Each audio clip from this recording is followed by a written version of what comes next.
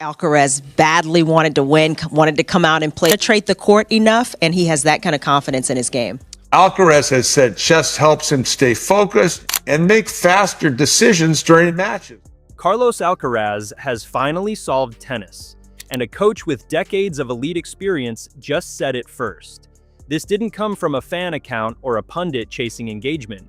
It came from someone who has physically built Grand Slam champions from the ground up, watched talent at every level of this sport, and still looked at what Alcaraz is doing in 2026 and ran out of any other way to describe it.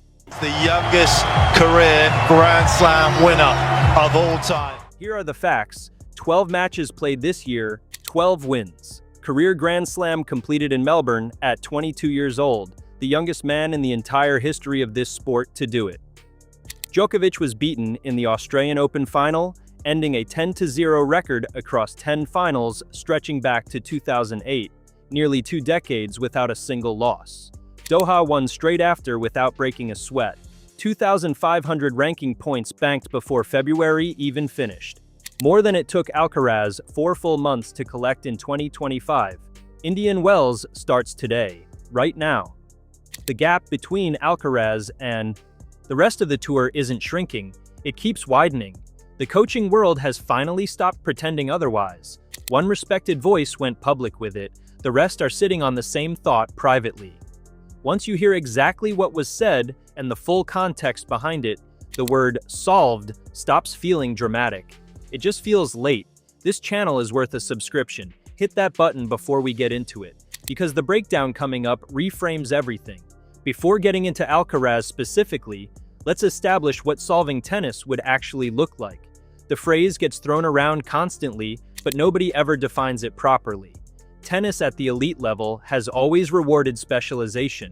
Nadal built a career around suffocating topspin and physical dominance on clay. Federer weaponized elegance. Serve, forehand, net approach, done. Djokovic solved the defensive side of the game so completely that he turned every opponent's strength into a liability. Each of them dominated by taking 1 or 2 dimensions of the sport further than anyone else had taken them. That model worked for decades. Find your weapon, sharpen it until nobody can handle it, win majors. Alcaraz broke that model entirely. What a coach with serious experience inside this sport recognized, and what triggered the solved tennis conversation in the first place, is that Alcaraz doesn't have a weapon. He has an entire arsenal deployed without any predictable pattern.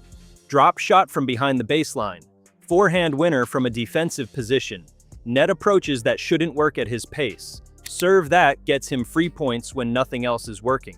The reason that matters isn't just aesthetics. It's that every opponent who steps across the net from Alcaraz in 2026 faces a problem that has no single solution. You can't sit back and grind because he'll drop shot you off the court. You can't push him wide because his recovery and counter punch from stretch are better than most players' offensive shots from a neutral position. You can't out-physical him because at 22, he is already one of the best movers on tour. Solving tennis means reaching a point where the game stops presenting you with problems you haven't already accounted for.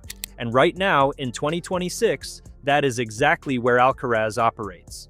The Australian Open was where the argument stopped being theoretical. Going into Melbourne, the questions were legitimate.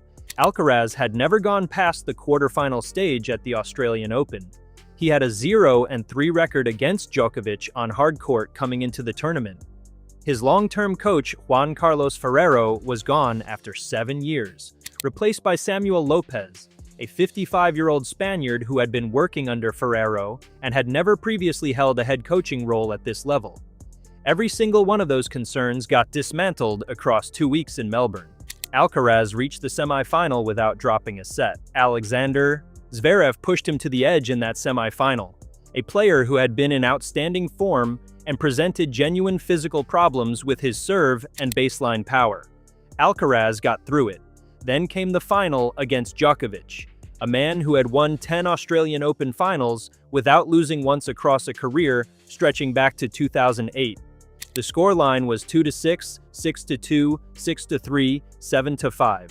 Alcaraz dropped the first set, adjusted mid-match in a way that elite players almost never manage against Djokovic. and then controlled the next 3 sets with a combination of variety and aggression that Djokovic had no answer for. At 22 years and 8 months, Alcaraz became the youngest man in the history of the sport to complete the career Grand Slam. Nadal completed his career Grand Slam at 24 at the 2010 US Open. Alcaraz beat that by nearly 2 years.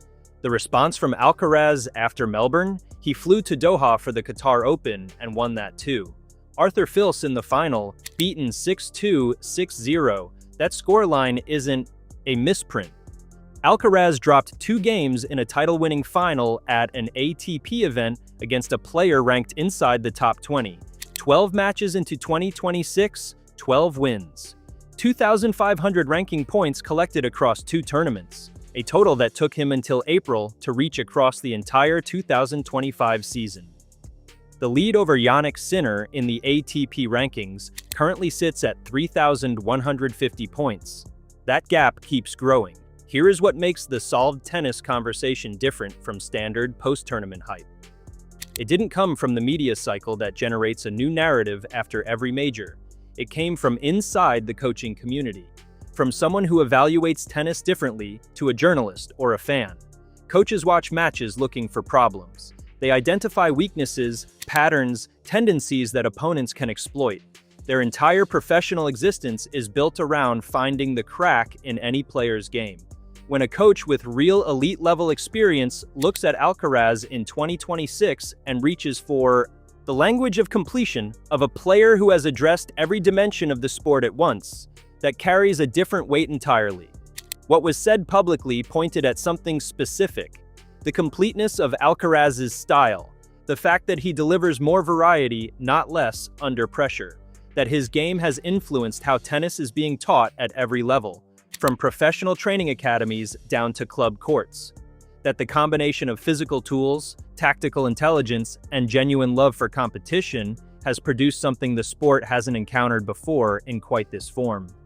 Solved Tennis is the compressed version of that assessment. And the reason it spread as fast as it did is that anyone who has watched Alcaraz closely in 2026 felt the accuracy of it immediately. The Ferrero split deserves more than a footnote here because it is directly relevant to the solved argument.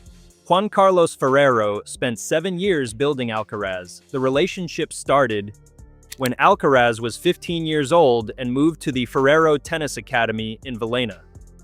By the time it ended in December 2025, Alcaraz had 6 Grand Slam titles, a world #1 ranking, and the most dynamic game on tour. The split was messy. Alcaraz announced it on Instagram without prior warning. Ferrero gave interviews expressing genuine hurt at how it was handled. An Instagram post titled "My Real 2025" went up from Alcaraz containing 20 personal photos. Ferrero wasn't in a single one. The tennis world took sides. The narrative going into 2026 was straightforward. Alcaraz without Ferrero would be vulnerable. The mental scaffolding that Ferrero provided, the stability, the tactical guidance built across 7 years, couldn't just be replaced overnight by a coach stepping into the role for the first time at this level. Samuel Lopez proved that narrative completely wrong within 2 weeks. What Lopez brought wasn't a replacement for what Ferrero built. It was a different environment around the same player. Relaxed, direct, built on trust that had been developing quietly while Lopez worked as part of Ferrero's staff. The chemistry visible in Melbourne wasn't manufactured. Lopez himself described the role simply: the only change in his life was that he would travel more. The pressure of the moment didn't alter his approach, and the result was the best Australian Open performance Alcaraz has ever produced. Getting past the quarterfinal stage for the first time in Melbourne, beating Djokovic on hard court for the first time in his career, completing the career Grand Slam with a coach in his corner who had never held the head role at a Grand Slam before. That is not a story about replacing Ferrero. That is a story about a player who has reached a level where the external variables, coaching change, controversy, public scrutiny, no longer determine outcomes. His game handles all of it, which is, again, exactly what solving tennis looks like. Indian Wells is where the 2026 season gets its next serious examination. Alcaraz has won this tournament in back-to-back years, 2023 and 2024.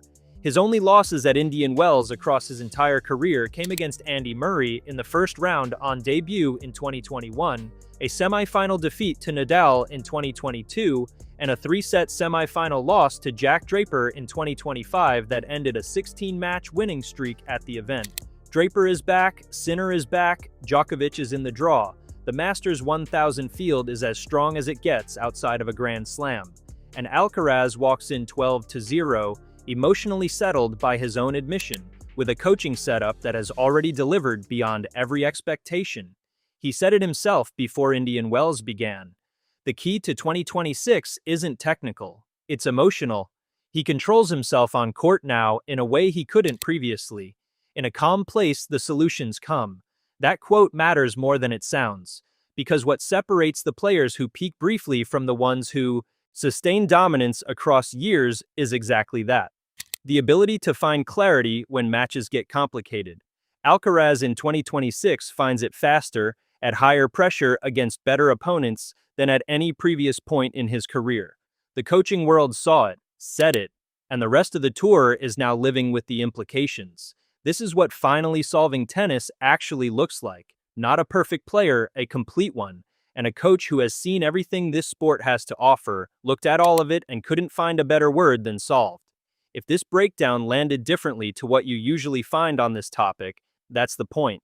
This channel exists to go deeper than the surface narrative, find what the mainstream coverage skips, and give tennis fans who actually understand this sport something worth their time. Subscribe if that's the kind of content you want more of. Drop your take in the comments, whether you think solved tennis holds up or whether someone on tour can genuinely challenge it in 2026. The Indian Wells draw is set. The season is moving fast. We'll be covering every development as it happens. Hit the bell. You won't want to miss what comes next.